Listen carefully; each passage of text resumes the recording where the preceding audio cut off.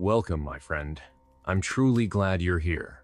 Before we begin, make yourself comfortable, dim the lights, maybe sip something warm. And if you enjoy falling asleep to strange, forgotten, and unsettling stories from history, don't forget to like this video, subscribe to the channel, and let me know in the comments where in the world you're watching from tonight. Are you somewhere cold? Somewhere warm? Somewhere as dry and timeless as the desert itself? Because this story, tonight's story, is born from the sand, carved from stone, and whispered through temples that have not crumbled despite thousands of years. We are going to ancient Egypt, not the golden Hollywood Egypt of glimmering pyramids and eyeliner, but the real one. The one of shadowed rituals, divine voices, and sacred terror. And more specifically, we will dive deep into one ritual, one ceremony, one terrifying practice that was said to allow a mortal to communicate directly with the gods, not metaphorically, not in dreams, but in waking life, face to face, breath to breath, and sometimes sacrifice to silence. It begins in the temples, not the open courtyards of sunlight and celebration, but the dark interiors, where light barely touched the polished walls. These temples were labyrinths of incense and stone.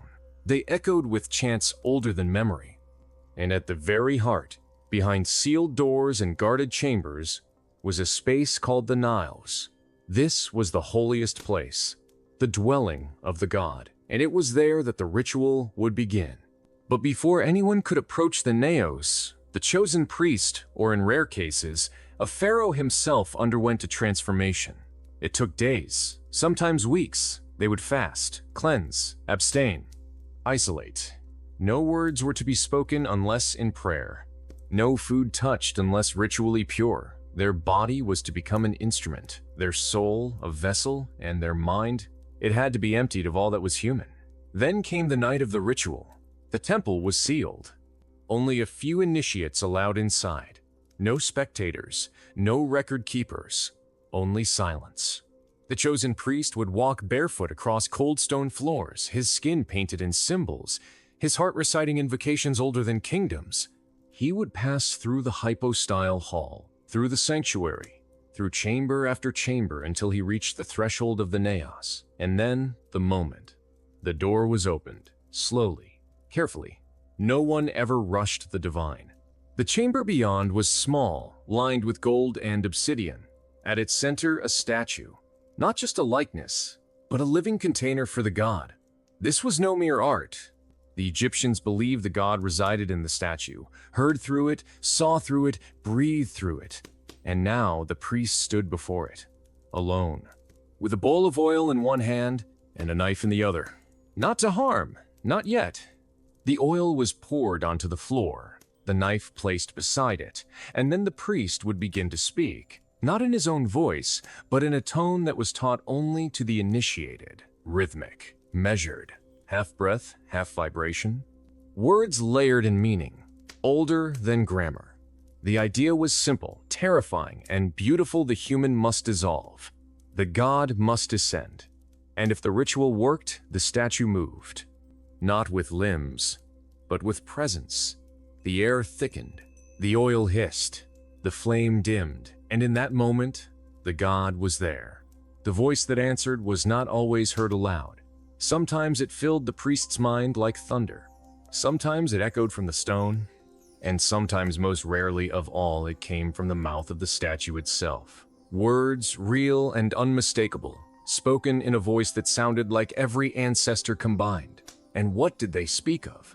That is the question no one can fully answer, because the ritual was sacred, and sacred things were never written, but fragments remain.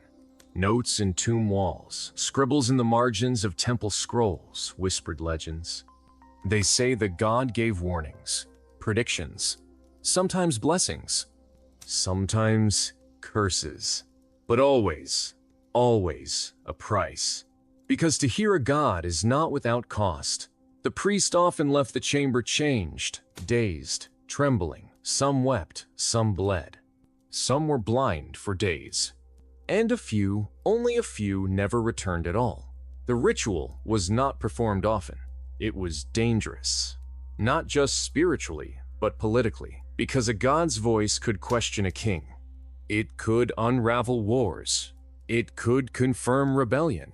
And so it was guarded jealously, ruthlessly, and secretly. Entire priestly dynasties were built around keeping the ritual pure. Whole cities formed around temples that claimed to hold the original rite. And across centuries, despite invasions and plagues and crumbling dynasties, the ritual survived, mutated, adapted, but never fully died, because the hunger to speak to the divine is eternal. And in Egypt, the divine always listened. To understand the full depth of this terrifying ritual, we must now step even further into the silence that shrouded it, and to the space between official religion and lived belief, into the places the historians forgot and the priests refused to name. You see, ancient Egypt was not a monolith. It was a shifting mosaic of cities, cults, dialects, and local deities. And each region, each temple, had its own variation of the ritual, its own whispered path to the divine. Some began with music, with flutes carved from bone and lyres strung with gut, not played for beauty but for resonance, for the trembling of sound against the stone walls. Others began with blood. Not human blood, at least not always, but the blood of a sacred bull or a bird chosen through omens. The idea was to awaken the energy in the room, to make the unseen stir, to call down the divine not with reverence alone but with provocation. These rituals were not kind. They were not gentle. They were not meant to bring comfort. They were meant to open a doorway. And when you open a door between the mortal and the divine, you do not control what comes through. That was the danger. That was the power. The Egyptians did not think of the gods as entirely benevolent. Gods could be angry. They could be cruel. They could punish entire cities for the mistakes of a priest. So the ritual had to be exact. Not almost right. Not mostly pure. Exact. The wrong word, the wrong gesture, the wrong breath, and the god might answer with silence or with fire. There are records, etched faintly into broken temple stones, of entire sanctuaries burned after failed rituals, of high priests struck down by unseen forces, of sacred statues that cracked in half during the invocation, a sign that the god had rejected the offering. These were not stories for children. They were warnings. And still the rituals continued, because power draws people like flame draws moths. And because to hear a god speak, to truly hear, was worth every risk. In some temples, the ritual required the priest to drink a sacred tincture before entering the naos. This mixture, brewed from blue lotus, henbane, and fermented honey, was not a poison, but it was close. It dulled the senses, expanded the mind, opened the priest to visions. Some say it helped separate the soul from the body, that in those moments before contact, the priest floated just beyond the skin, halfway between death and awakening, and that was when the god entered, not into the room, into the priest. Possession, the modern world might call it. But to the Egyptians, it was not a violation. It was an honor, a union, a temporary marriage of divine and human, and yet even they feared it. Because sometimes the god did not leave. Sometimes the priest spoke with a voice that was no longer his for days after. Sometimes his eyes changed color. Sometimes his heartbeat stopped for moments at a time. And when he finally emerged from the naos, staggering and trembling, those waiting outside did not cheer. They did not speak. They watched, they waited, and they listened. Because what the priest said next, if he could speak, would shape their world. A warning of flood, a blessing of harvest, a demand for war, or worse, silence. No words, just tears. Just the mark of the god burned into his flesh like a brand no one could see but everyone could feel. The ritual was never performed the same way twice. It evolved. It responded to the needs of the time, to the fears of the people, to the whims of the gods. But its core remained. The dissolution of the self in service of something higher, something older, something beyond comprehension. The priest was never the same again, not entirely. Some returned to daily life, their status elevated, their authority unquestioned. Others retreated to silence, unable to live among people after hearing the voice of the divine. A few took their own lives within a year, and some disappeared, literally vanished. The legends say they were claimed by the gods, or by the void they opened. The temples told stories to explain these vanishings, that the gods had lifted their servant into paradise or turned him into a star. But among the lower priests, the ones who prepared the rites and swept the floors, there were darker whispers. That sometimes the doorways stayed open just a little too long, that something else came through, something that wasn't a god at all, and that the priest had not been claimed but consumed. And still, they continued. Because what choice did they have? The gods demanded presence, and the people demanded answers. And so the ritual endured, passed from hand to hand like a sacred flame, never fully seen, never fully understood, but always feared. And in the darkest corners of Egypt's oldest temples, that flame still flickers, waiting. The world outside the temple never truly knew what took place inside. Markets bustled, children ran along dusty alleys, ships arrived with goods from far shores. And above it all loomed the towering sanctuaries, white limestone glowing under the harsh Egyptian sun, their columns like ribs of a slumbery beast. But beneath those gleaming surfaces, deep inside the sanctum, where light rarely reached rituals, continued. Time, in there, behaved differently. And those who returned from the chamber where the god had spoken often seemed displaced in time, their eyes tracking things that weren't there, their lips moving in silent prayer even when surrounded by laughter. These were not madmen. They were chosen, marked. And the price of that intimacy with the divine was not always immediate, but it always came. One of the most chilling elements of the ritual, as found in scattered fragments across temple ruins, was the concept of the divine question. It was believed that when the god spoke, he or she would ask something in return, a truth, a confession, a secret kept even from the self. The priest had to answer immediately, without thought.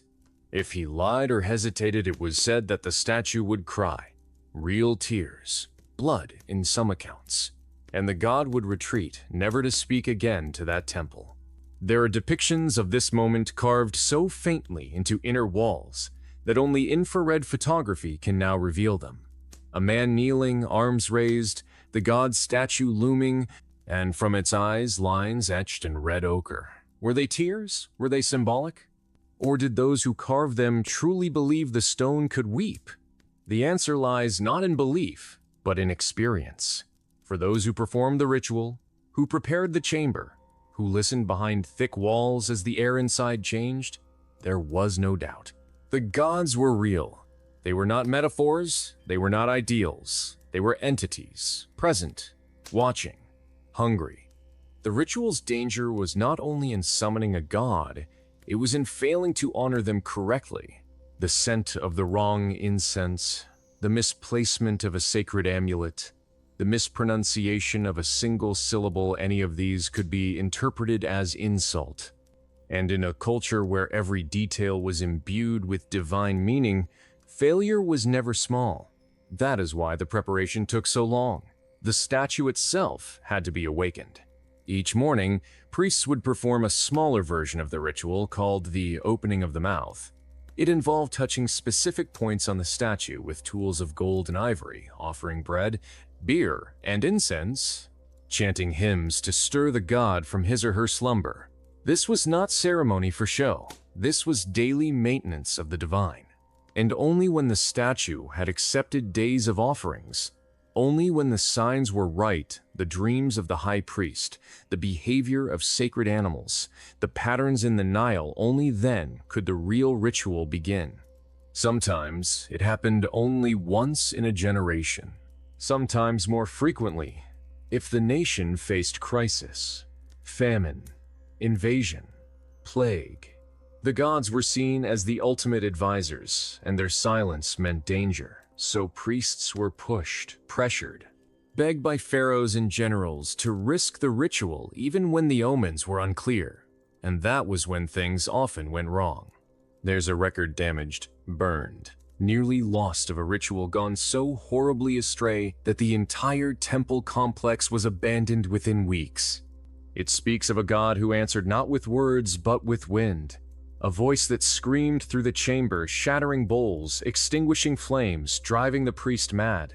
He ran from the naos naked, covered in his own blood, eyes gouged not by others but by himself. The temple walls were blackened, the statue cracked, and for generations no one dared rebuild there. Even today, archaeologists avoid digging too deep in that area. Equipment fails, lights go out, not superstition experience. And so the ritual passed into shadow.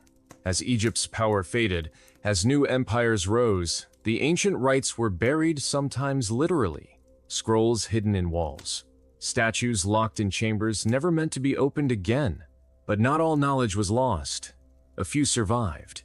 Families who traced their bloodline back to the temple servants, travelers who recorded strange customs in desert villages, priests who converted to new religions but kept the old names hidden in their hearts.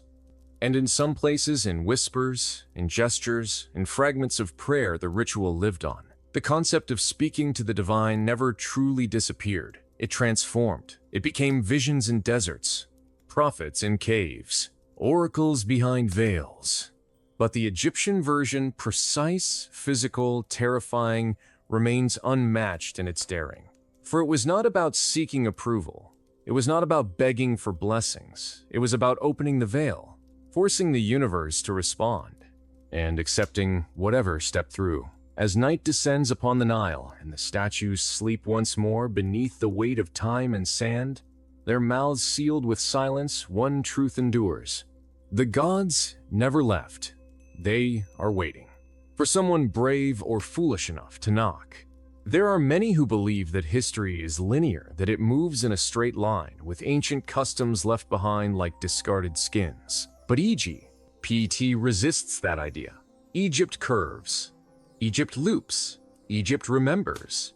In dusty corners of museums, fragments of ritual texts lie mislabeled, misunderstood, stripped of context. A bronze hook mistaken for a farming tool. A burned parchment cataloged as funerary poetry. But to the trained eye, to the one who sees not just with reason but with resonance, these are pieces of something older, deeper. The ritual was never meant to be fully written down. It was too sacred, too volatile, too dangerous. Knowledge like that was preserved through memory, gesture, sound, a tilt of the hand, a breath held before a word. And when it was recorded, it was encrypted, hidden in metaphor, obscured by myth. One such text, discovered in the ruins of a minor temple outside Thebes, speaks of the mouthless voice and the breath that enters from beneath the skin. Scholars debate its meaning. Is it poetic? Is it madness? But those who understand the ritual know. It describes the moment of contact, when the god enters, when the self dissolves, and when reality becomes something else. The temple was a body, the ritual its heartbeat. Each chamber a lung, a stomach, a mouth. The outer courtyards represented the world of the living, open, chaotic, full of color and light. But as one moved inward, the light dimmed, the air cooled, the ceilings lowered. Each step closer to the naos was a step away from the mortal world. By the time the priest reached the innermost sanctum, he had symbolically died. He had passed through the underworld. He was no longer himself. That was the point. To speak with gods, one must stop being human. The gods were not beings of compassion. They were forces. Fire, flood, war, birth. And those who approached them casually did not survive. That's why the ritual demanded purification beyond the physical. The priest fasted for days, washed in natron, slept on stone, refrained from speaking. Not because silence was sacred, but because language itself was dangerous. A single word out of place could alter the entire meaning of a ritual phrase. And these phrases were not prayers. They were keys, formulas, algorithms carved in breath. Imagine a world where speaking could open a door to another plane. That was what the Egyptians believed and feared. They had no illusions that the gods were like us. The gods were us magnified, our rage, our hunger, our lust for meaning, but without limits. And the ritual? It was not to worship. It was to contain, to make the divine intelligible, if only for a moment. That's why the statues were clothed, fed, washed, because the God within was not static. The stone was a vessel, not a symbol. And when the God entered, the air changed. This was documented not in sacred texts, but in letters, private writings from scribes, merchants, even soldiers stationed near temples. The sky went still, one wrote. The birds stopped. Another. A sound like many voices, but from no mouths. Another still. I watched a man walk into the temple and return aged 10 years. These were not exaggerations. They were attempts to describe the indescribable. And the most terrifying part? The ritual worked. Not always, not perfectly, but enough. Enough to keep the temples full. Enough to keep the priests afraid. Enough to keep the gods listening. There are even accounts of rituals conducted outside the temples in deserts, on boats, in tombs not yet sealed. These were acts of desperation, times of plague, times of war. When the official priesthood was compromised or unavailable, the people turned to what they remembered: a grandmother's chant, a midwife's gesture, a dream passed from father to son. And sometimes, those unauthorized rituals succeeded. That's the horror. Because it meant the gods were not confined to stone. They could hear from anywhere. They could answer anyone. And when they did, it wasn't always with wisdom. Sometimes the answer was madness. A village that tore itself apart after a false oracle claimed the god demanded sacrifice. A child who began speaking in tongues no scholar could translate. A man who wandered into the desert and returned with sand fused into his skin and the name of a god no one dared speak. These were the side effects, the burn marks, the echoes. And yet, even with all that, people still tried, because to know the gods was to know the universe, and to know the universe was to control it. That was the temptation, that was the trap. In the heart of every ritual was a question unspoken but always present. What are you willing to become in order to speak with the divine? And the answers across centuries, across dynasties, were written not in ink, but in scars. There is a word etched faintly into the underside of a fallen pillar at the edge of the Karnak complex, weathered so badly it is almost invisible unless touched by morning light. The glyph is not standard. It appears malformed, hesitant, as though the scribe's hand had trembled. But those who study the old tongues recognize its shape. It means within. Just that. No subject, no verb, just a direction, a location, a warning, or an invitation. Within was the entire point of the ritual. Not simply within the temple, but within the god, within the self, within the boundary between what is real and what is not. Ancient Egyptians did not draw hard lines between worlds. The visible and invisible, the living and the dead, the gods and the humans, these existed not as separate planes but overlapping layers. The ritual peeled those layers back, slowly, carefully, dangerously. A major component often overlooked by modern historians is the role of sound, not just chanting but specific resonances. The temple walls were engineered to amplify certain frequencies that could only be produced by particular instruments: harps of bone, flutes of reed, sistrums lined with teeth. These sounds were not musical, they were architectural. They shaped the air, made it thick, hummed it into submission. Priests would test tones for days, tuning their instruments not for pitch, but for pressure, for feeling. The moment the walls vibrated just so, they knew the gods could hear. And that was when they began to speak not with words, but with rhythm. A heartbeat rendered in drum, a breath turned into whisper, and above all, silence. Controlled silence. The space between sounds mattered as much as the sounds themselves.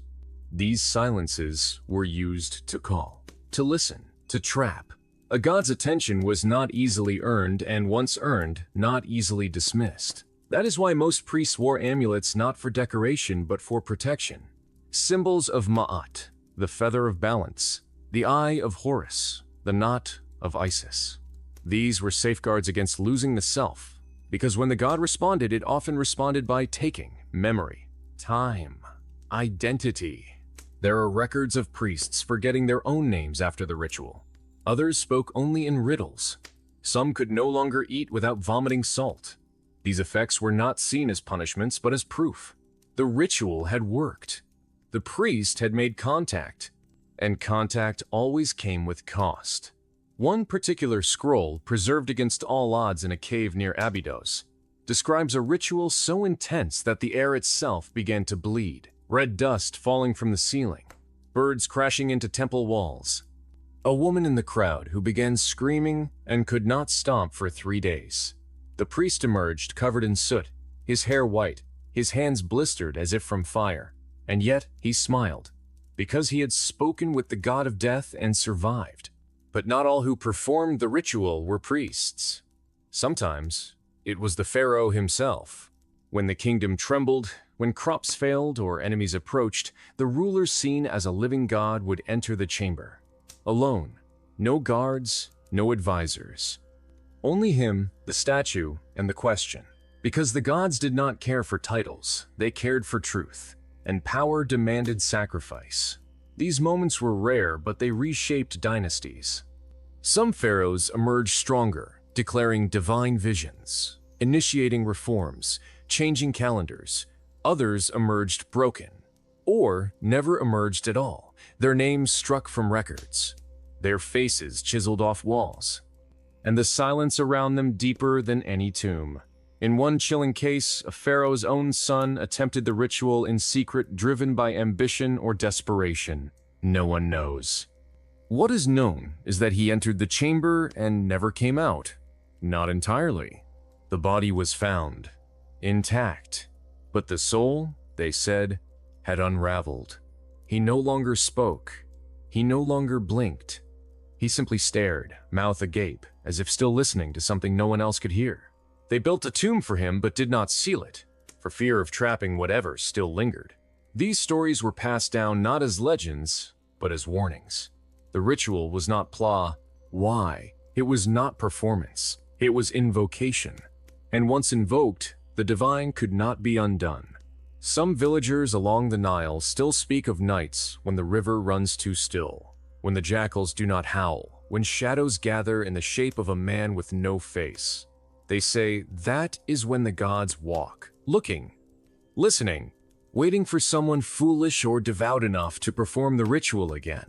And even now, beneath museum floors, in forgotten storerooms, in sealed archives, fragments of the old rites sit dormant. Stone tongues, golden needles, papyrus strips too brittle to unroll. Each a whisper, each a key, each a doorway waiting to be opened. The gods, after all, were never buried, only paused. In the dimmest vaults beneath the grand temples of Dendera and Edfu, there exist rooms without inscriptions. No gods on the walls, no cartouches, no stars on the ceilings. Just bare, smooth, stone-sealed spaces, intentionally erased from public memory. These were the places where the most dangerous rituals were performed. They had no names, no formal prayers, only intent. The intent to pierce, to breach, to reach, and to become what the mind was not built to comprehend. The priests who entered those rooms did so without garments, without tools, without sound. They fasted not for purity, but to make the body light, less tethered, less likely to resist when the god pressed inward, and it always did. The ritual in those rooms was called the offering of the mouth. Not because it involved food, but because it offered the self as a vessel for speech. But the voice that entered was not a human one. It twisted the throat. It bent the tongue. It scraped against the teeth like wind through broken reeds. Witnesses rare, and always trembling, spoke of words that rang inside the bones, of sentences that echoed even in sleep. The priests afterward rarely lived long. Some leapt from temple roofs. Others wandered into the desert, smiling, murmuring nonsense. One sat perfectly still for 7 years, eyes fixed on a wall no one else could see. And yet, for all this, the ritual was preserved, repeated, passed down. Why? Because in those moments of madness, there was clarity, a glimpse, a pattern behind the stars, a voice that named the origin of things, a God that whispered not prayers, but blueprints. Many technologies' methods of irrigation, construction, metallurgy were claimed to be gifts of Thoth, the god of knowledge. But the high priests knew better. These were not gifts, they were exchanges. You gave something to the ritual, and it gave something back, but the scales were never equal. There is an account buried in a private journal of a priest astronomer who claimed to have seen the precise mechanics of time itself during a ritual.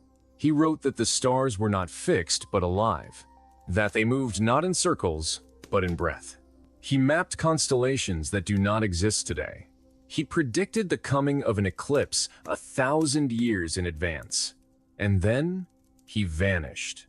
His notes were burned, his name struck. But some of his diagrams remain, and they match recent astronomical discoveries exactly. This was not superstition. This was science spoken in the language of gods. But to hear that language was to unmake the self. That was the trade. And it is not one that modern minds are willing to make. Yet there are rumors that during the construction of the Aswan Dam, workers uncovered a chamber beneath the silt older than the pyramids, carved with signs no one could translate. That several men entered it and only one returned. That he could not speak, but drew endlessly, carving spirals into the walls of his home until his fingers bled. Or the story of a European archaeologist in the 1920s who claimed to find a ritual mask in the Valley of the Kings, made not of gold or wood, but of human bone fused with obsidian. That she wore it during a lunar eclipse and was never seen again. Her tent burned. Her records vanished. Only a single photograph remains blurry, distant, showing her standing perfectly still at the edge of a cliff, arms raised, as if listening to something far above. These stories are dismissed, of course, labeled hoaxes, superstition. But in private, some scholars admit their unease. Too many patterns, too many disappearances, too many coincidences. They avoid the temples after dark. They refuse to speak certain names aloud, because they know, or at least suspect, that the ritual never ended. It only sleeps, waiting for the right voice, the right chamber, the right question. And once asked, the god will answer. Always. The question is whether the questioner will survive the reply. In modern times, fragments of the ritual have resurfaced in unexpected places.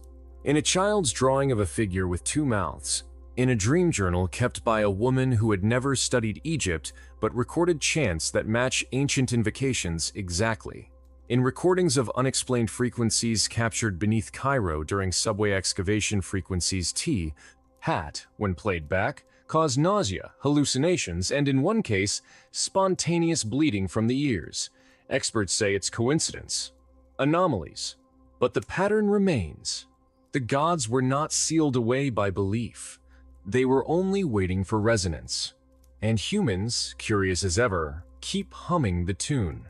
Every time we speak into the void, every time we whisper to the past, every time we dare to ask, "Are you there?" we knock. And sometimes something knocks back. That is the essence of the ancient ritual. Not faith, not devotion, but contact, communication, and the terrifying knowledge that the line between human and divine is not a wall but a thread, thin, fragile, and easily crossed. There is a moment in every telling of the ancient rite when breath becomes still, not by command but by instinct, as if the air has thickened or perhaps recognized that it does not belong. This moment was known to the Egyptians as Sekhem Sen, the soft halting where spirit and flesh brush shoulders. And it marked the true beginning of the ritual. What came before purification, chant, posture was merely invitation. The gods arrived not in splendor, but in quiet, in pressure, in the bending of flame, in the tremble of water that does not touch. For those performing the rite, this signaled the passing of a veil, one that, once crossed, could not be uncrossed. The initiate, draped not in linen but in night, would stand before a mirror not made of glass, but of obsidian polished so deeply it did not reflect, but absorbed. These were known as eyes of the end. To look into one was not to see oneself, but to see who was watching from the other side. Most initiates closed their eyes, but the brave and the broken kept them open. This mirror stage was not metaphorical. It was believed that, through intense gaze, one could reverse the path of vision, sending sight outward like a spear. The Egyptians believed that sight was not passive, but active, that to look was to touch with power. And in this moment, the initiate would stab through the boundary, piercing the divine. What came through that opening was never consistent. Some saw images, flickers of strange cities, oceans with no waves, beasts shaped like questions. Others heard sound, a language so old it made the skin tighten, the eyes water. Still others felt only heat or cold, or sudden grief, or joy so profound it became unbearable. The reaction varied, but the outcome was always the same. The bond was made. The voice had been noticed. From this point, the ritual demanded sacrifice, not blood, but memory. The initiate was asked to give something they could not name, something they barely remembered: an emotion, a face, a childhood place that no longer existed. The offering was personal, invisible, but the pain was very real. And only then did the divine respond. Not in words, not in visions, but in presence.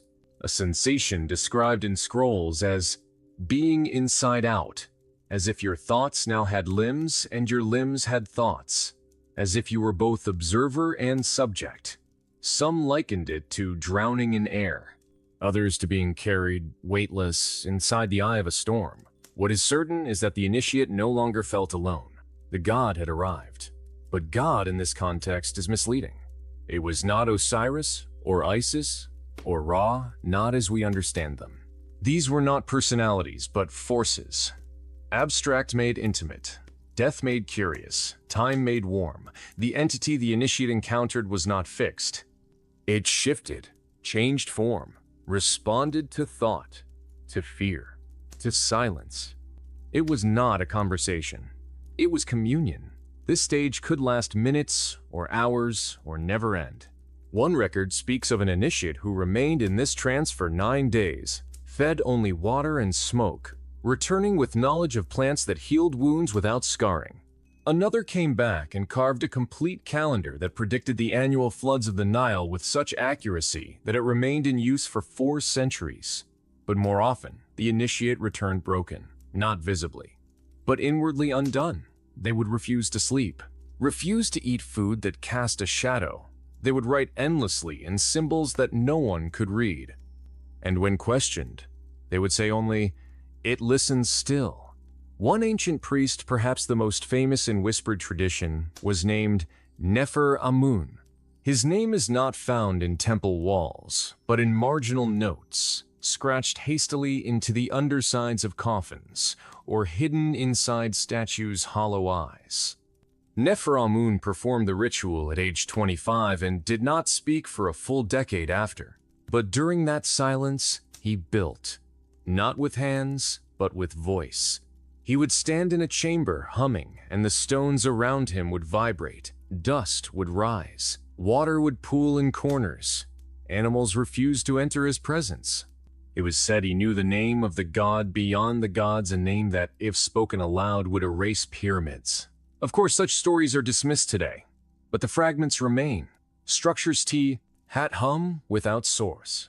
Chambers that muffle all sound no matter the noise. Walls that bleed salt when touched. These are the remnants not of architecture, but of invocation. Of a ritual that did not create monuments, but portals. Because ultimately, that is what the rite sought. Not power, not glory, but access. A way through.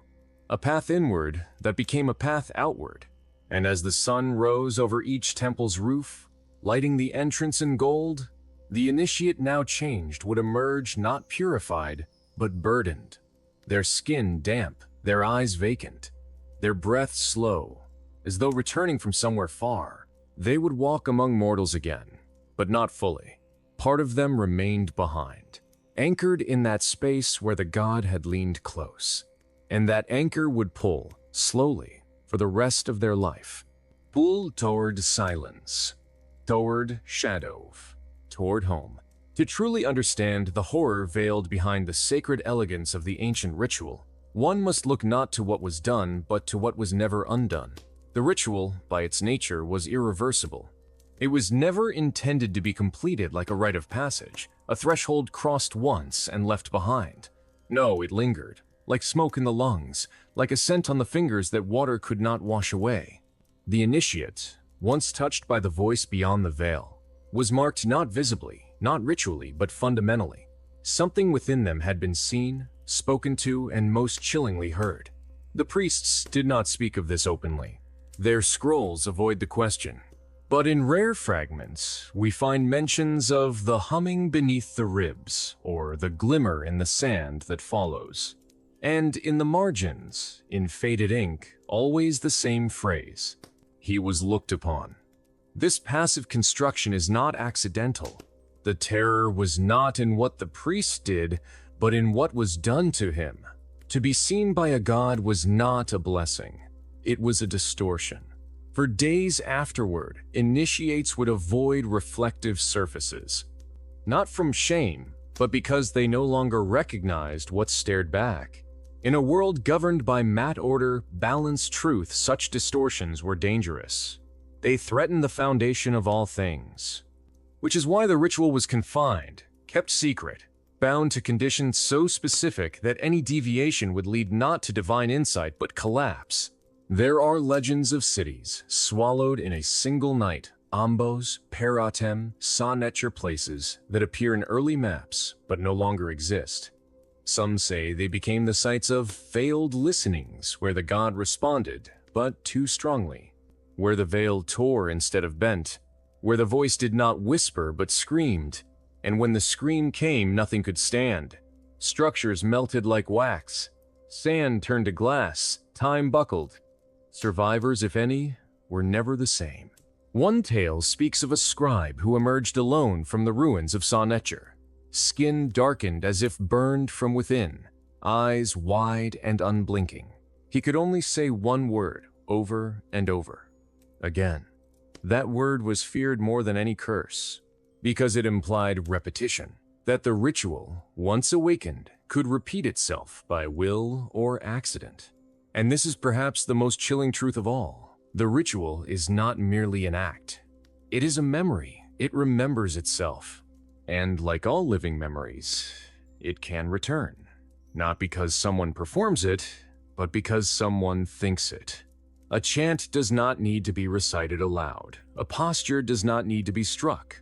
All it takes is the shape of the idea, the echo of the desire to reach.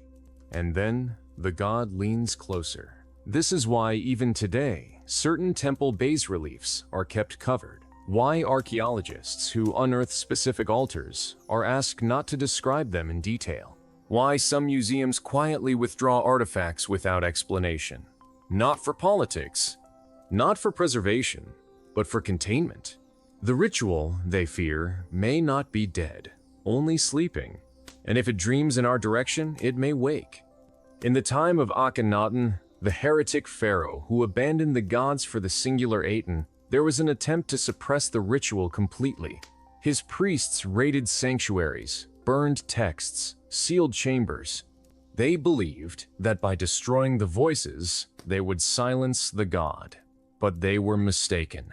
You cannot unhear what the soul has heard. You cannot unsee what the void has shown. In fact, it was during Akhenaten's reign that the most intense visitations were reported.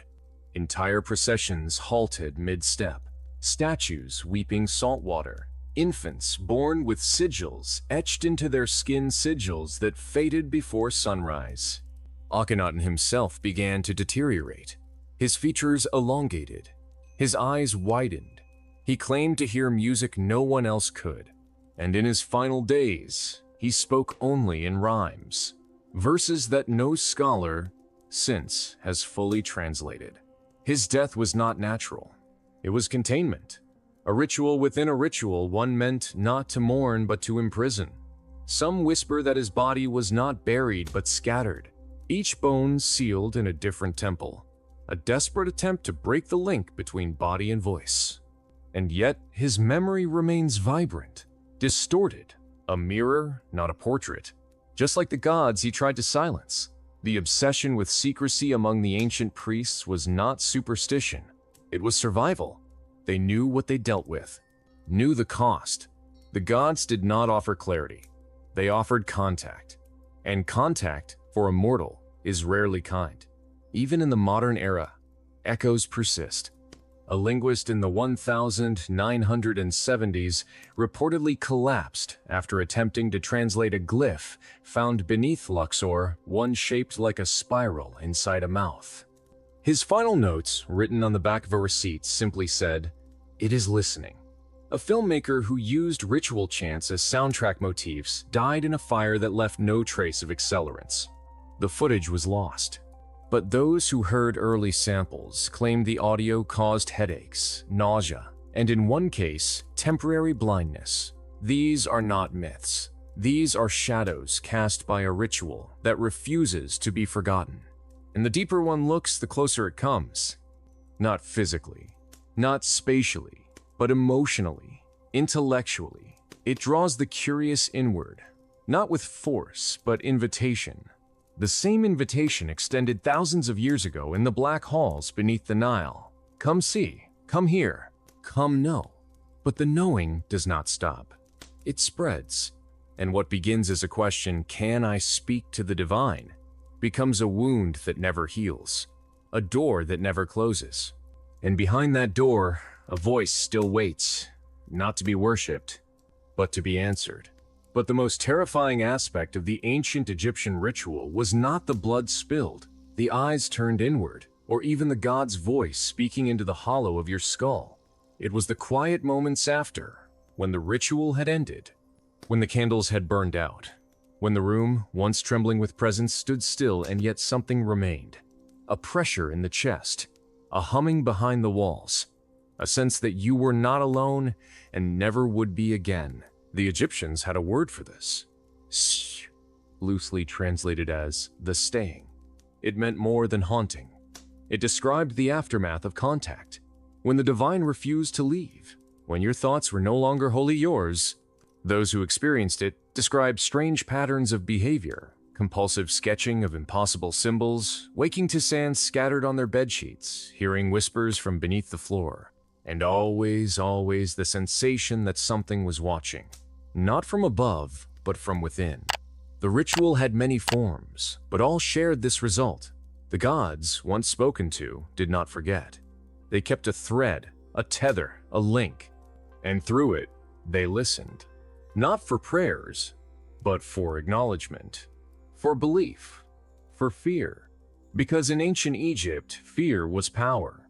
The priests understood this intimately, that to communicate with the gods was to feed them, not in sacrifice, not in incense, but in attention.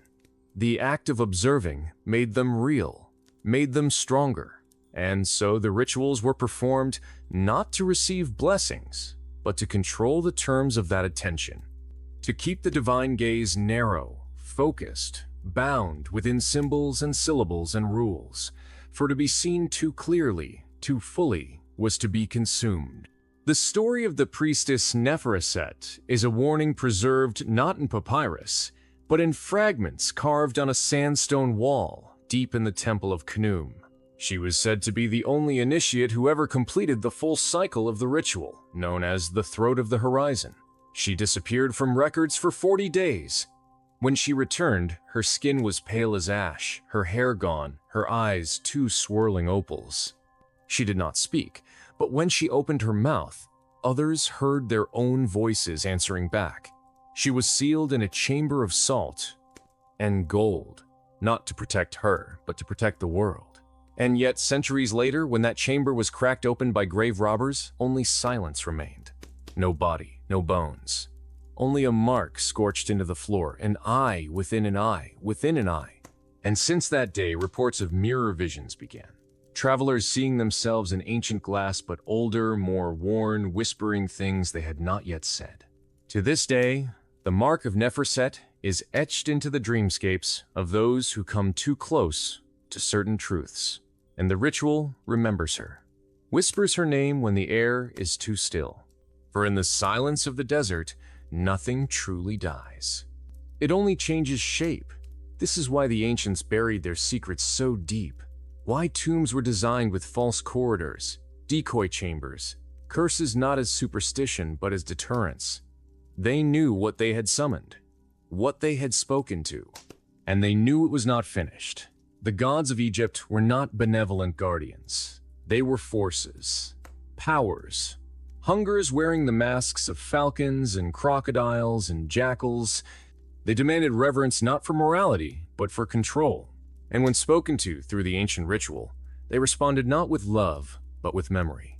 They remembered every voice, every plea, every heartbeat that trembled in their presence. They remembered you, and when the ritual ended, they did not forget. This is the part modern seekers fail to grasp. They romanticize the mystery, the incense, the gold. They seek knowledge, connection, awe. But the ancients were not awed. They were afraid. Every carving, every chant, every symbol was a lock, a wall, a warning. And the ritual was the key, not to paradise, but to something older, stranger, hungry. Even the most faithful priests would weep in private after the rite, not for guilt, but because they knew it worked. They knew something had heard them, and in hearing had claimed them. In recent decades, new attempts have been made to reconstruct the ritual scholars, combining linguistic fragments with astronomical data and digital modeling. One team at an unnamed European university recreated a section of the calling spiral using tonal resonance. 3 researchers resigned. 1 destroyed their equipment. The last disappeared entirely, leaving behind a note with only 1 line. "We are already remembered." These are not stories. They are warnings in the form of memory. The ancient Egyptian ritual was not a gateway to enlightenment. It was a threshold to persistence. Once crossed, the gods did not walk into your world. They waited for you to come into theirs. And they never stopped waiting. The ritual was a conversation. But not every conversation ends. Some echo forever. Some become prayers by accident. Some are repeated in dreams. And some, even now, are being answered. To understand why this ritual endured across centuries through dynasties and disasters, one must abandon modern assumptions about religion. The ancient Egyptians did not simply worship, they bargained, negotiated, and managed divine forces. The gods were not abstract ideals or distant fathers. They were neighbors, dangerous ones, capricious ones, but neighbors nonetheless. And like any neighbor who could burn your house down, you learn to stay on their good side. This is where the ritual gained its true significance, not as an act of worship, but as a diplomatic mission, a strategic crossing into hostile territory to maintain cosmic order. The term for this was ma'at, often translated as truth or balance. But ma'at was not passive. It had to be protected, sustained, even enforced. And when that balance tipped through famine, war, plague, it was believed the gods had turned their faces away. The ritual then became a kind of desperate negotiation, not a plea, but a presentation of terms. The initiate did not ask for blessings. They offered corrections. They reminded the gods of their contracts. Inscribed on the walls of underground temples, lost beneath the sands of Saqqara and Abydos, are fragments of these negotiations.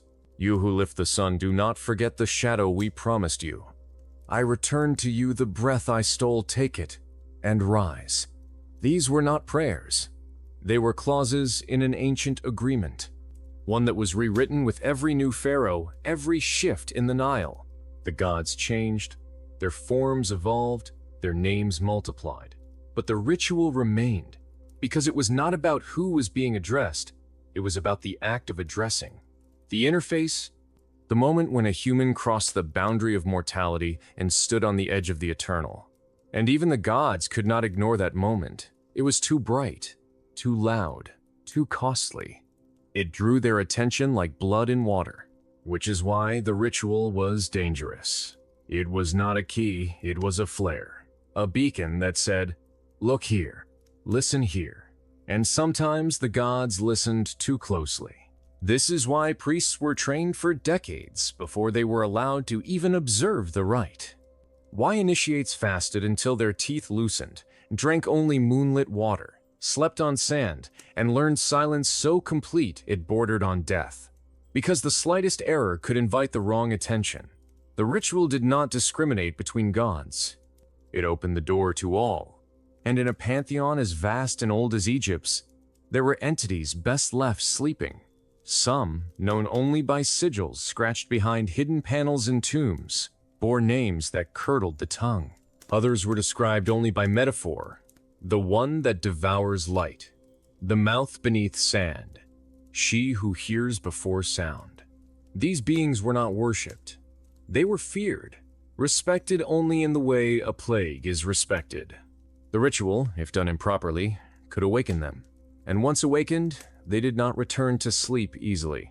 There is a tale found in the remnants of the Temple of Bastet, barely preserved, in the claws of lion statues melted by fire, of a priest named Par-Nefer, who attempted the rite during a solar eclipse. The darkness was meant to amplify his connection. But what came through was not a god. It was something older. It spoke no language. It screamed in pulses that broke pottery. Its form was never seen, only felt as heat without warmth, as breath without lungs. Every cat in the temple fled. The high priest's eyes bled, and when the eclipse passed, the walls of the chamber had bent, subtly, as if softened by something immense. Par-Nefer was never seen again. But in the months following, the Nile turned black at night and whispered his name. And still, the ritual endured. Because it worked. Because the rewards were real. Because power answered when called. Pharaohs depended on it. Entire reigns were secured through its outcomes. A king would ask the ritual to reveal threats, and days later his enemies would fall ill. A queen would perform it before pregnancy, and her son would rise with eyes that gleamed like obsidian. Cities grew around temples where the rite was strongest. Wars were fought not for land but for altars. And all the while, the line between prayer and command blurred. The gods were not above being used. But neither were they unaware. They watched. They remembered. And they waited. For the moment when the balance would shift. When humans would forget their place. When they would call not in reverence but in arrogance. And when that day came, the gods did not answer. They arrived. They arrived not as saviors or punishers, but as reflections, mirrors too honest to shatter, too vast to comprehend. In the old texts, there are no stories of gods explaining themselves. Only appearances, only effects. When the gods returned, they returned as change. The sky dimmed at noon. The stars trembled in their positions. Infants were born with voices older than their grandfathers. And the priests wept not from fear, but from confirmation. The ritual had not failed. It had succeeded beyond control. The line between invocation and invitation had vanished. And now the gods were guests who would not leave. In the city of Akhenaten, designed by Pharaoh Akhenaten to worship a single solar deity, the ritual was altered. The priests believed they could contain the divine in a singular form: light, warmth, sun. But the sun has shadows. And when the ritual was performed during the apex of summer, the heat did not subside. For 40 days, the city did not cool. Water boiled in jars. Shadows refused to move. People whispered to stone and claimed it whispered back.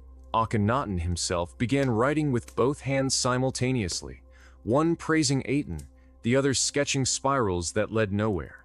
And when he died, his face bore a permanent smile that unnerved even the embalmers. Akhenaten was abandoned soon after, not by decree, but by instinct. The city had become too loud in ways that couldn't be heard. And so the ritual was sealed again, buried beneath layers of myth and dust. But the gods do not forget. They are patient. They understand erosion, decay, memory. They know how to sleep beneath history until summoned. Until someone curious, desperate, or foolish says the wrong word in the right place. And the thread is pulled again. This is why the ritual was never truly lost, because it was never truly written. It was passed in gestures, in alignments, in instinctual dances performed beneath eclipses. It lives in the breath held before entering a tomb, in the silence that falls in certain chambers without cause. It lives in the dreams of those who study Egypt too long, who begin to see eyes where there are none, who find sand in their beds despite never visiting a desert. These are not accidents. They are invitations, echoes, proof that the ritual, once performed, never ends, that the gods do not wait to be called. They wait to be noticed. And when you notice them, they are already there. In 1923, when Howard Carter opened the tomb of Tutankhamun, he did so with ceremony. But one of his assistants, a linguist named James Newberry, found something deeper. A hidden panel behind the burial chamber. It contained no gold, no mummy, only a pool of black glass and a single inscription. I have heard the silence of gods. Newberry vanished a year later. His journals, recovered from a London apartment, were filled with pages of mirrored hieroglyphs perfectly reversed, yet fluent. Scholars dismissed it as madness, but others, quieter, recognized the pattern. The language was not nonsense. It was a reply, a form of communication not meant for reading but for remembering, a shape that etched itself into the mind, and once learned could not be unlearned. This was the final truth of the ritual, that it did not end with the words. It did not close when the fire dimmed. It continued in the soul, in the thoughts that no longer felt like one's own, in the memories of places never visited, in the sudden knowledge of names never spoken aloud. These are not hallucinations. They are consequences. The gods, once acknowledged, do not retreat. They occupy, not as demons, not as angels, but as permanence, as echoes that replace the original voice, and those who carry them are both blessed and ruined. In ancient records, these people were called the carried. Their presence brought both miracles and calamities. Crops flourished, rivers rose, and then, just as quickly, villages vanished in sandstorms with no wind. Their eyes would shimmer gold in moonlight. Their voices would harmonize with the cries of ibis birds. They were not possessed. They were not divine. They were attuned, tuned to the frequency of gods. And once tuned, the only escape was silence. Deep silence, lifelong silence. Monks buried themselves alive in sandstone shrines. Oracles submerged in the Nile, never surfacing. The only way to end the ritual was to disappear. But even then, disappearance was not enough. The gods remembered. The ritual remembered. And through dream, through instinct, through bloodline, it would begin again. There is a misconception in modern culture that rituals are static things, pages in a book, repeated phrases, gestures performed with precision and obedience. But the Egyptian rite that allowed contact with the divine was never static. It was alive. It evolved with those who performed it. It responded, shifted, adapted to the will and nature of the practitioner. Because this ritual was not a script, it was a mirror. The truer the reflection, the stronger the connection. And so, in different centuries and cities, it took on different forms.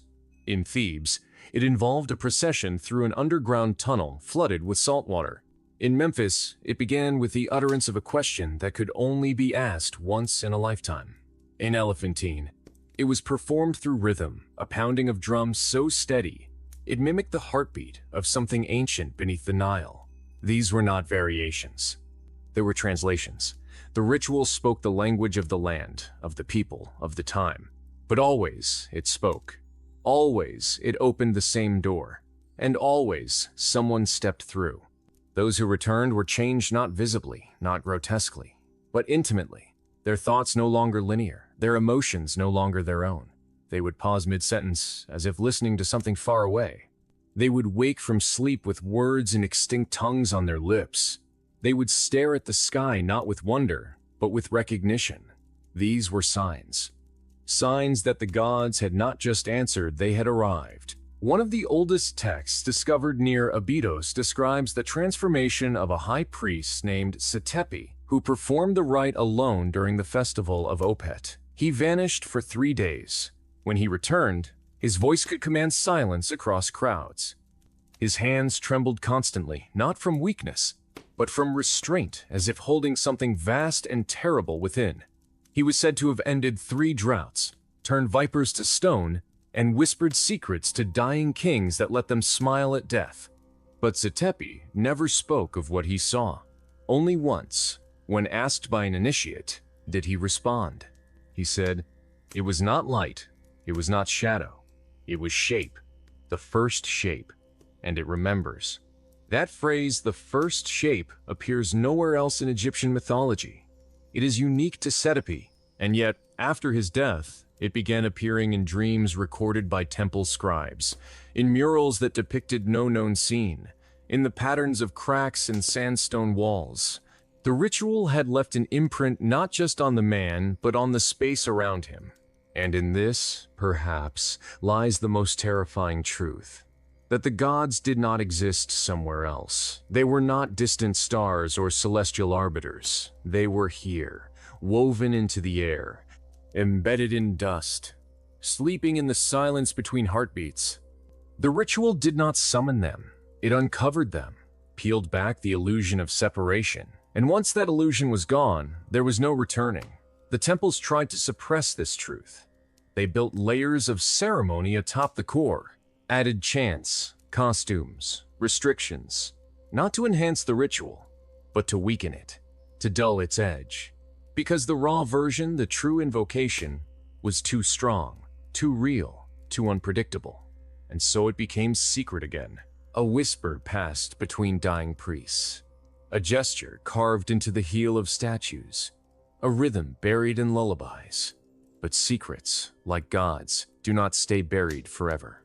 During Napoleon's Egyptian campaign, an officer named Delambre recorded a strange event near the ruins of Tanis. Locals warned them not to camp there. The air, they said, was too still. The shadows moved wrong. Delambre, intrigued, spent a night alone in the central ruin. He returned at dawn with no memory of the night, but with his right hand permanently clenched. When doctors pried it open weeks later, they found a small, flat stone inside, marked with symbols that predated known writing. Delambre died speaking in rhythmic pulses, tapping the floor in patterns. Even in death, his lips moved as if reciting something endless. The stone was lost during transport to Paris, or so the records claim. But certain scholars believe it was not lost, that it was hidden, that it was recognized for what it was: a relic not of gods, but of the ritual itself, a residue, an afterthought, because the ritual, once performed, leaves traces in dreams, in language, in time, and those traces call out to each other, reassemble themselves across generations until the full shape returns. The shape Setepi saw, the one that remembers.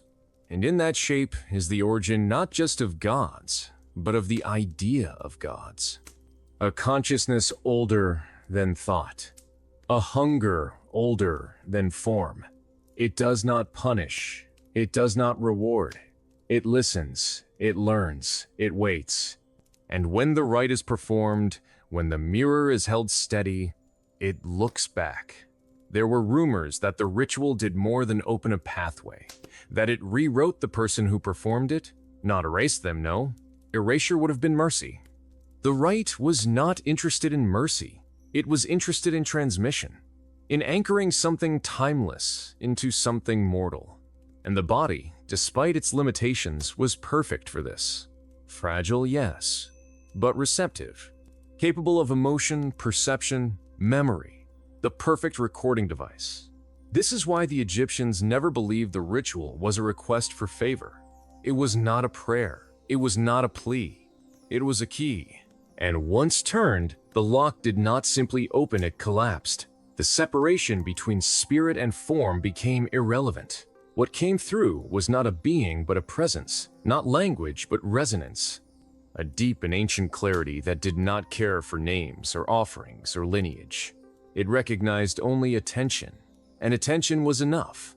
The priests who guarded the oldest versions of the rite knew this. They referred to the result as becoming breath, a phrase that appears in only 2 surviving inscriptions, both incomplete, both worn down as if something tried to erase them. But fragments remain. To breathe is to hear, one reads. To hear is to carry, says the other. And together they reveal the truth. The ritual was not performed to speak to the gods.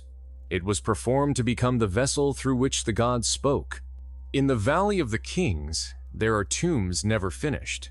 Not because the kings died too early, but because the workers refused to return. Something shifted in the stone. The air turned dense.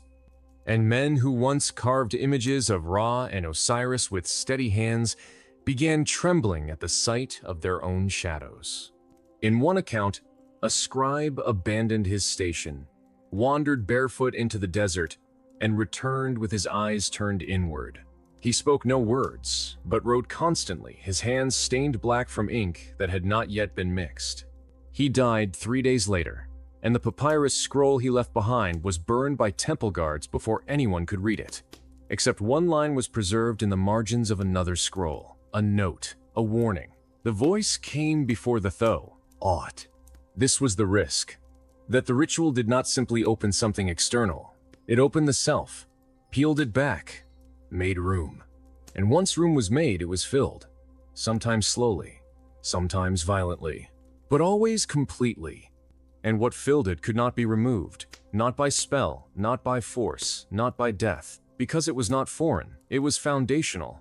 It was what had always waited at the base of being, covered by breath and name and story. But never gone, only hidden. When the Ptolemies arrived, they attempted to tame the rite, to fit it into their own understanding, to name its stages, to tax its use. But the ritual responded with silence, refused to yield, and those who tried to manipulate it for gain found themselves unmade. One governor attempted to force a ritualist to perform it for a visiting dignitary. The ritualist complied. The dignitary died in his sleep, his skin etched with spirals too small to see without magnification. The governor's palace burned days later, though no fire was ever witnessed. Just ash, just emptiness, just silence.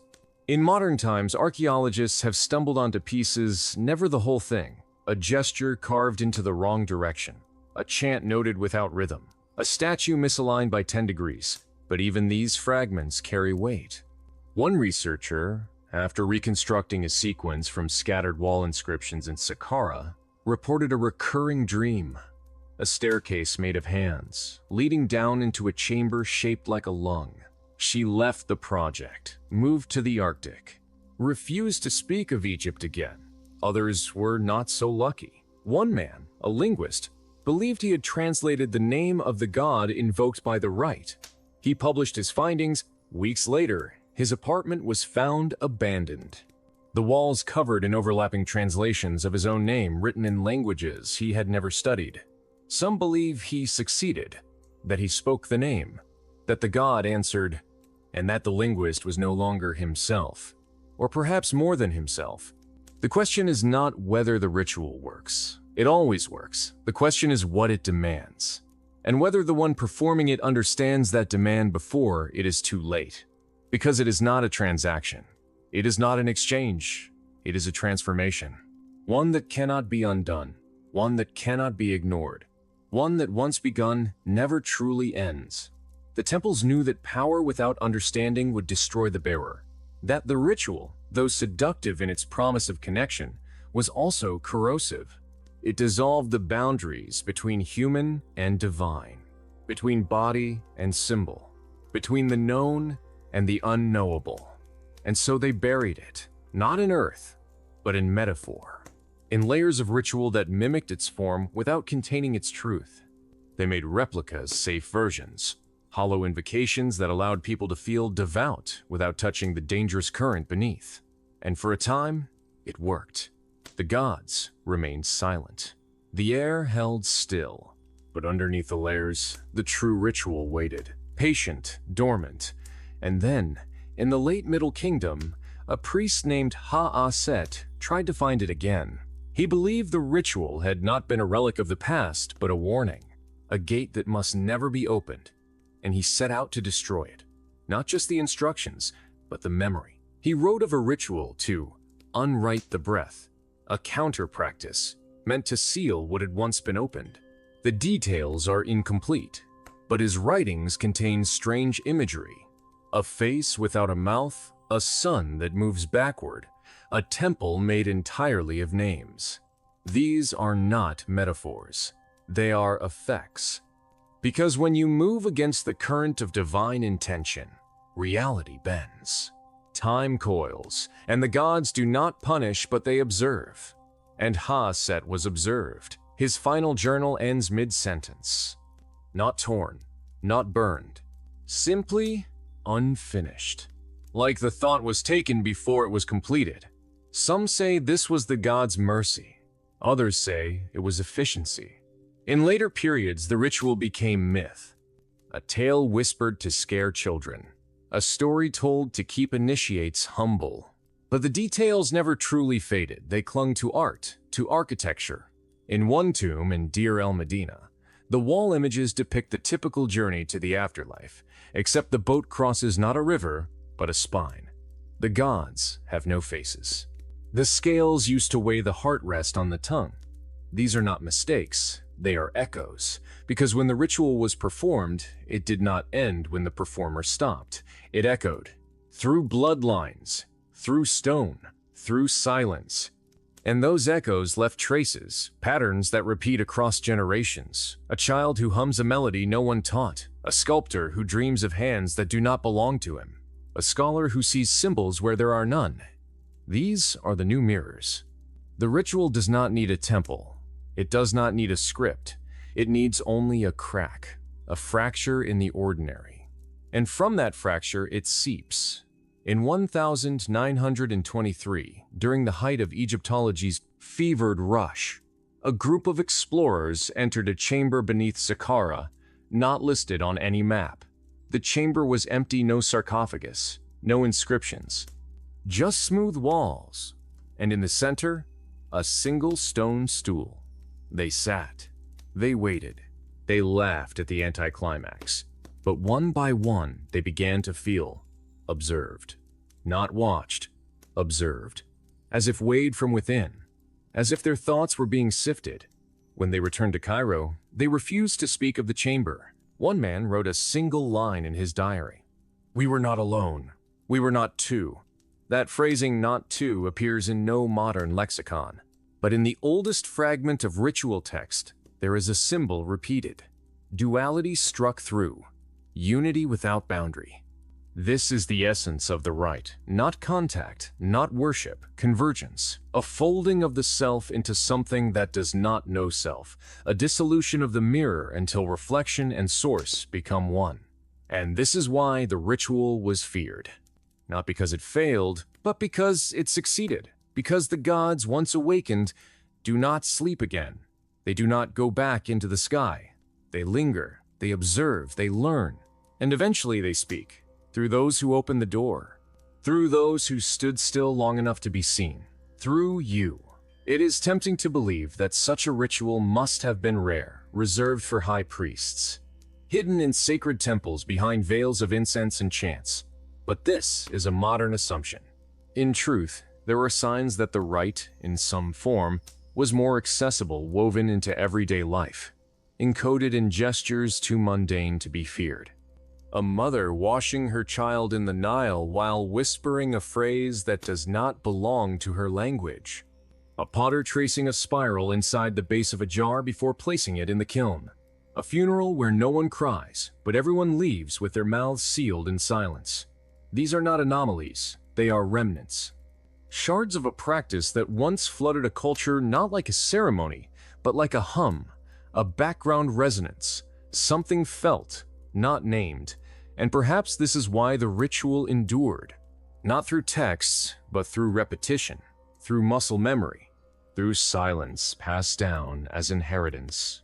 In the temple of Karnak, there is a corridor where sound disappears. Speak there, and your voice vanishes, no echo, no trace, just air. Builders today cannot explain it, but priests once called it the breathless way. Initiates walked it alone. And when they emerged, if they emerged, they did not speak for days. Some, not for years. The belief was not that they saw something, but that something saw them. And that gaze rearranged them. This idea of rearrangement is crucial. The ritual does not impose. It unveils. It shows you what you already are, beneath the layers. And for many, that truth is unbearable. The scribe who forgets how to write his own name. The wife who can no longer look at her children without hearing a voice that is not hers. The builder who begins carving shapes into walls that make no architectural sense but repeat endlessly, like an obsession. These are the signs. Not madness, not possession. Adaptation.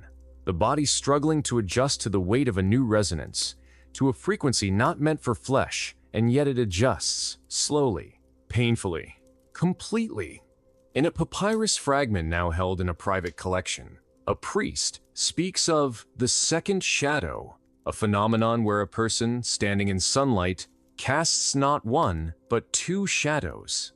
The other wrong, bent, flickering, moving independently. He warns that if the second shadow begins to follow you indoors, it is too late. You have been chosen. You have been marked. And what follows is not death but unraveling, not destruction but translation. You become text. You become chant. You become meaning without boundary. In modern Cairo, there is a rumor of a library beneath the Coptic quarter. Not a library of books, a library of people. Each room contains a person, seated, unmoving, eyes closed, lips parted, breathing. Some say they are asleep. Others say they are listening. Listening for a voice only they can hear. A voice that never stops speaking. Because once the ritual is performed, the channel remains open. And the gods, they do not whisper. They do not wait. They pour. And the vessel must receive. In dreams, this is sometimes seen as a flood. A room filling with black water. A mouth that stretches too wide. A sky that bends inward. And at the center, always a circle. A symbol older than time. Etched in bone. Carved into tombs that predate hieroglyphs. It means nothing and everything. It is the mark of the gods, not as creators, but as continuations. Forces that do not begin or end, but echo, endlessly, through stone, through blood, through memory, and now through you. Because you have heard, you have listened, and something has listened back. There was a time when even the gods were feared not as creators, but as witnesses.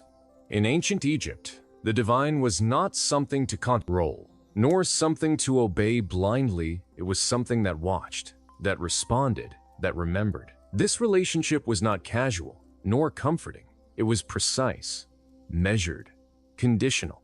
If one sought to speak to the gods, one had to become something the gods would deem worth listening to. Not simply pure in action, but aligned in vibration, balanced in being. And so the ritual of communication was not only a process, it was a filtration, a refinement of the soul through fire, symbol, and silence. But what most do not realize is that the path to divine speech began in the body. The body was the first temple, every muscle a pillar, every breath an offering. Before any priest was permitted to speak a single word in the holy rite, he underwent isolation, not hours, not days, but moons. In total darkness, in stillness, in hunger, his dreams were studied, his pulse tracked. If he twitched at the sound of running water, he was deemed unready. If he woke before the sun, he was watched. If he cried without being touched, he was marked.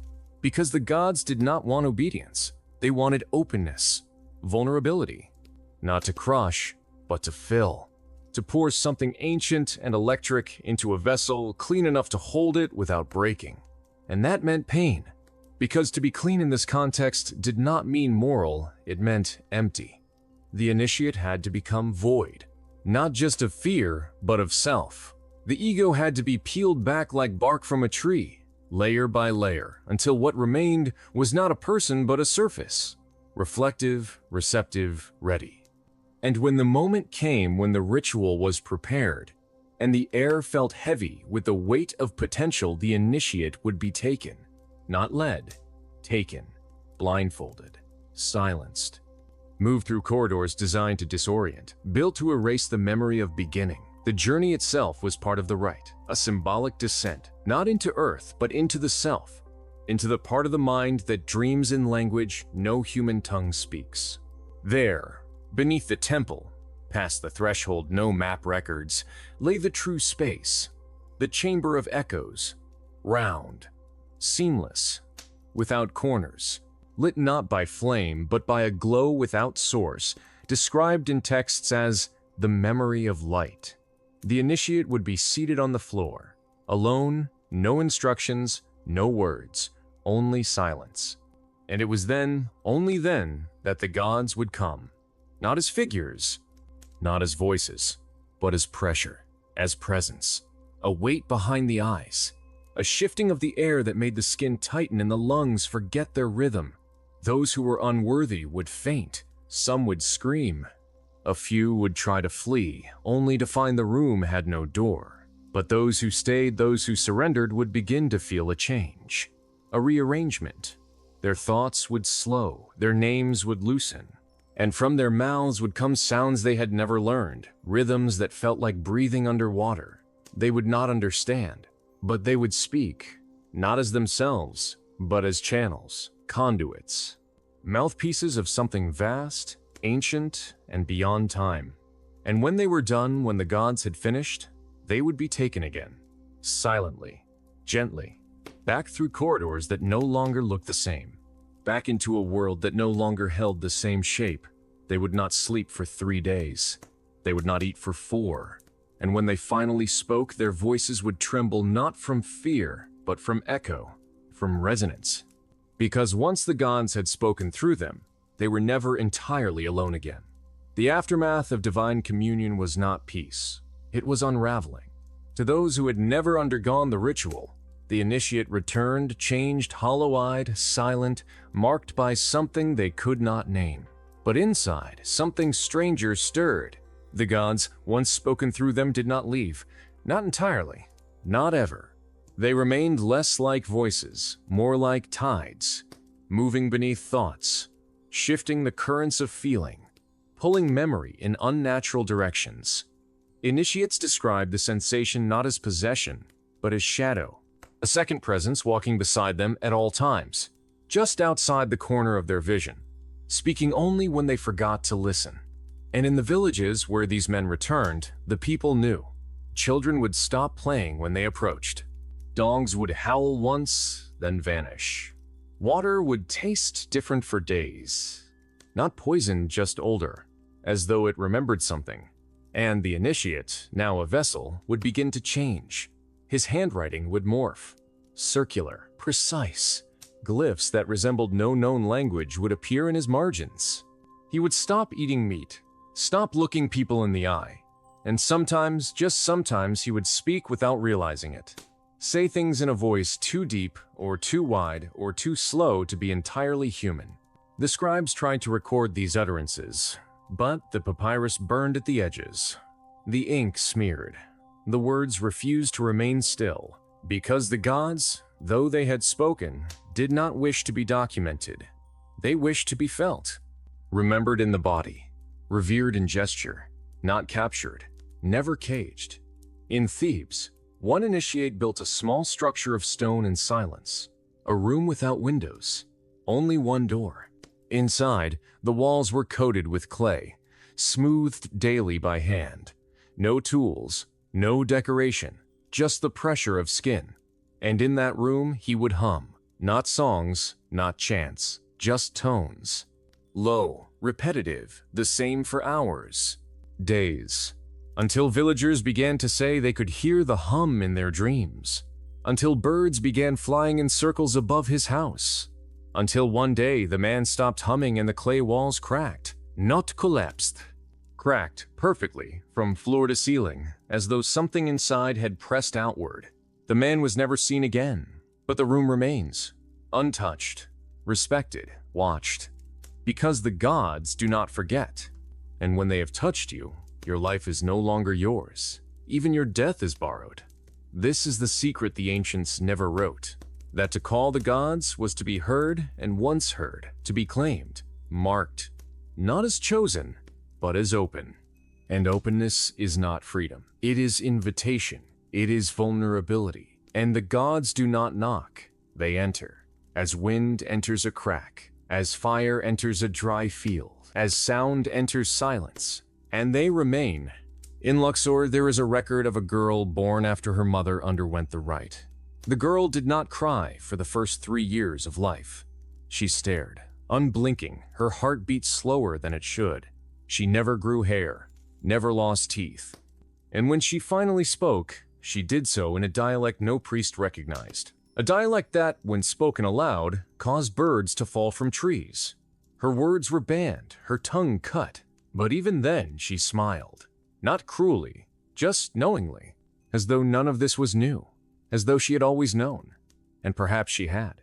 Because the ritual is not only a passage for the living, it is a door that opens through blood, through lineage. Once a family has been touched by the gods, they are never wholly free again.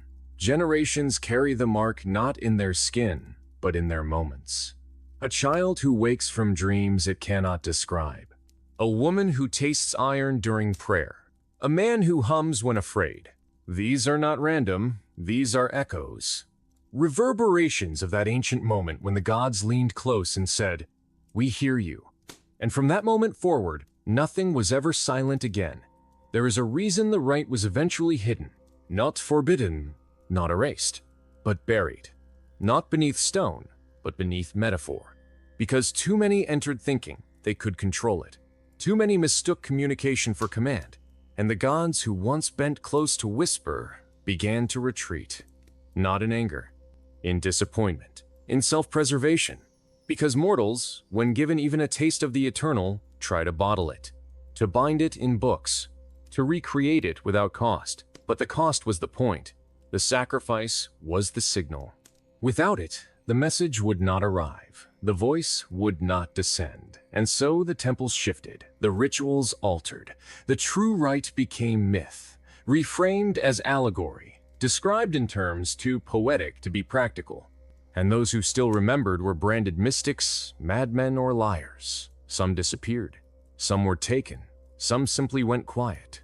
But the knowledge never vanished. It moved. It adapted. Passed in lullabies. Hidden in dance. Coded into architecture. Even today, certain pillars vibrate differently when touched. Certain chants, sung at the right pitch in the right room, will change the air slightly enough. Because the gods still listen, just not as often, and not as close. They have become like stars, distant, watching, but not blind. And when the world becomes still enough, when a soul is quiet enough, they will return, not with thunder, not with fire, but with pressure, with presence, with that same unbearable silence that says, "You have been heard." And in that moment, everything within the speaker must shift. There is no room for falsehood in divine exchange. No mask survives the gaze of the gods. They do not see the surface. They see the rhythm, the echo of your truth. And if it does not align, if your sound does not match your source, they will not speak. They will wait until you collapse, until you open, until you become hollow enough to be filled. This is the terror. Not that the gods are cruel, but that they are accurate. And accuracy feels like cruelty when you are unprepared. In Memphis, there was one who tried to deceive the right. He memorized the symbols, mimicked the tones, starved himself for 7 days. But the gods did not come. The chamber remained silent. And when he returned to the world, he found his voice gone. Not hoarse, not damaged, absent. He opened his mouth and silence emerged.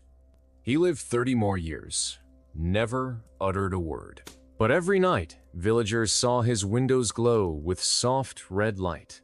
And they said he still tried to speak, not with words, but with movements, with gestures, with breath. The gods had not punished him. They had remade him into a lesson, a living caution. And so the initiates who followed remembered this. They did not ask to be chosen. They asked to be emptied. And the rite over time became less a ritual and more a longing, a hong of opposition, for purity not of body but of vibration, for a moment so true that even the gods could not look away. That is the secret. The gods do not respond to power, nor blood, nor fear. They respond to truth. And truth is rare, painful, whole. This is why the rite is no longer performed, not because it has been lost, but because it has become too difficult to attempt. The modern soul is cluttered, filled with voices not its own, distracted, deluded. And the gods, while patient, are not wasteful. They will not knock on doors that do not open. But sometimes, rarely, someone opens without knowing why. A dream, a silence. A phrase that feels older than language. And in that moment, the air tilts. The light thickens, and a presence enters. Not dramatic, just real. And the person changes. Forever. They may not know it, but the gods do. Because they still watch, still wait. For those few brave enough or broken enough to ask not to be heard but to be used. To become vessels, to become breath. To become nothing but a channel for something too vast to name. That is the terrifying truth. That the gods are still here. That the ritual still works. That the only thing missing is us. In the final and most feared version of the ritual spoken of in shadows, and only to those whose pulse could stay steady in silence, there was no preparation, no fasting, no cleansing. The initiate would not know when it was coming. That was the point, because the gods, it was said, would not come when summoned. They would come when they chose, when a soul ripened in quiet, when the world cracked open just enough. And so, to live in readiness became the highest devotion. These initiates, known not by name but by breath, walk the earth without attachments. No family, no trade, no belongings.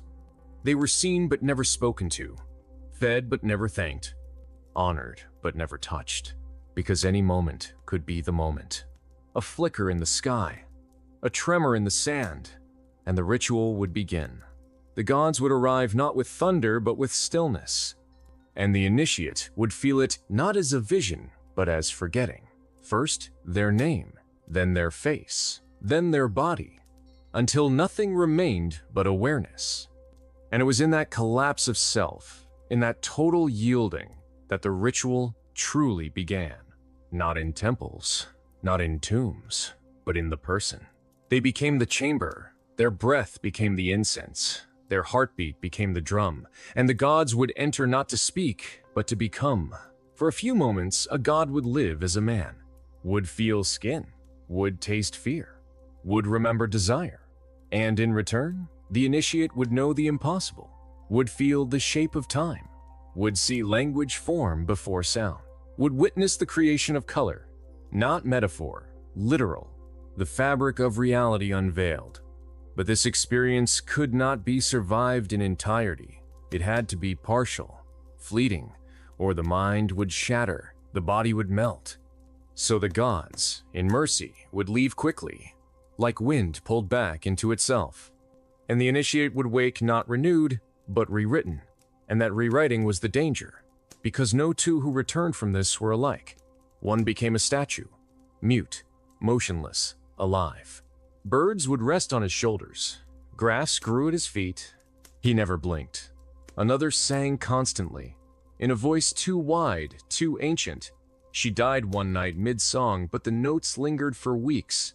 In Cairo's museum, there is a stone with her song carved into it, not written, but carved.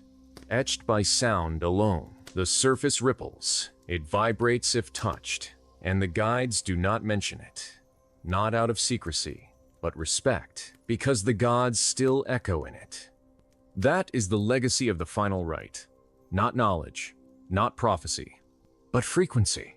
A permanent vibration left in the world. And those sensitive enough can feel it in music, in ruins, in breath. It is not memory, it is presence. The gods do not live elsewhere. They live within moments, within harmonies. And the rite was never about summoning. It was about sinking. The initiate, in surrendering all that was false, became tuned, and in tuning became audible. The gods did not come from above. They emerged from resonance, like color from light, like song from silence, like truth from stillness. And yet, for all its power, the final version of the ritual had one flaw. Not a flaw in structure, but in humanity.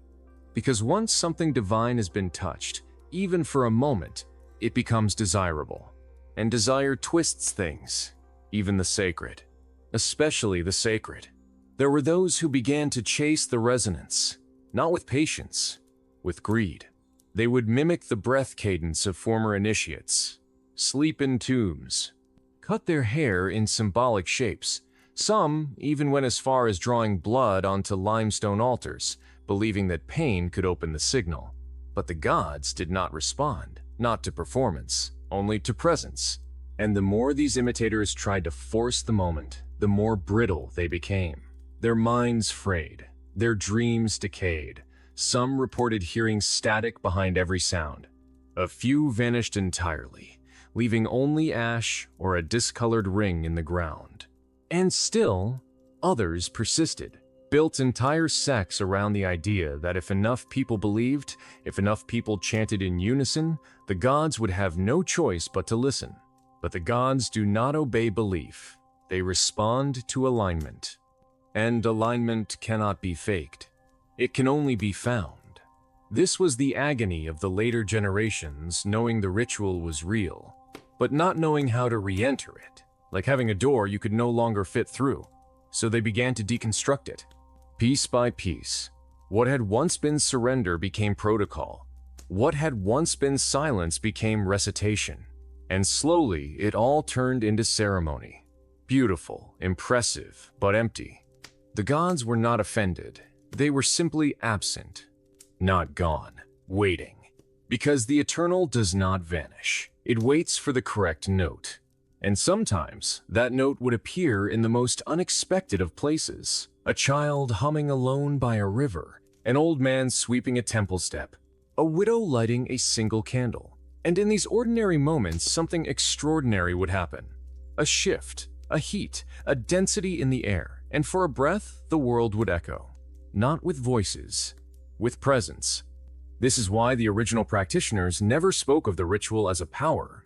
They spoke of it as a rhythm, a tuning, a surrender so complete that it blurred the line between vessel and voice. They believed the gods did not want worship, they wanted witnessing, not loyalty, clarity. The gods, in their timelessness, do not age, but they do remember. They remember the ones who emptied themselves for truth, the ones who welcomed mystery, not with fear, but with stillness. And it is those echoes they still follow. It is those souls they still seek. So if you are wondering whether the ritual is gone, the answer is no.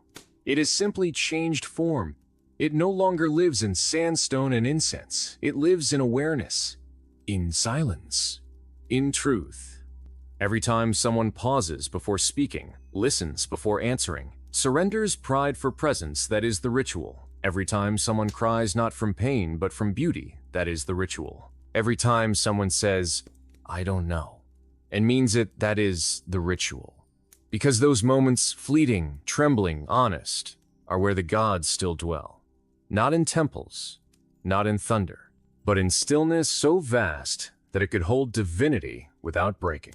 And now we return one final time to the desert. Not the desert of sand and sun, but the inner desert, the place within every person that is vast, dry, ancient, and waiting. Because that is where the ritual has always lived. It was never a performance, it was a return. And in that return, there is a question that has echoed through centuries, through pyramids and papyri, through whispers between scribes and prayers of those who dared nothing but truth. What do the gods want? What does a being beyond time, beyond form, beyond need desire from a mortal? The answer, the real answer, is unbearable. Because the gods want nothing. And in that nothing is the terror. You cannot impress them. You cannot please them.